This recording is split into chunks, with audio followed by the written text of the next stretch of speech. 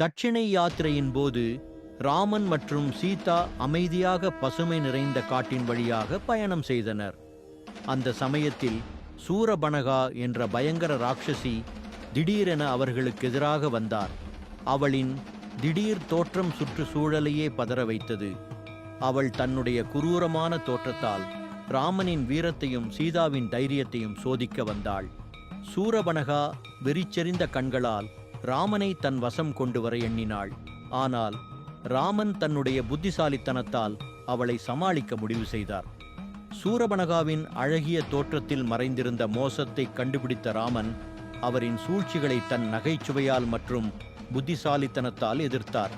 சீதா நம்பிக்கையுடன் ராமனை பார்த்தபடி அவள் தைரியத்தால் ராட்சசியின் செயலை அடக்க முடிந்தது.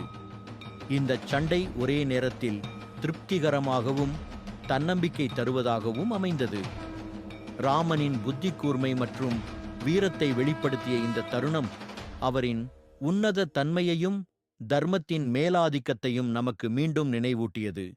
சூரபனகாவிற்கு இழப்பை ஏற்படுத்திய ராமன் அவரது வெற்றியுடன் தொடர்ந்து பயணம் செய்தார், தர்மத்தின் ஒளியை மேலும் பிரகாசமாக ஆக்குமாறு.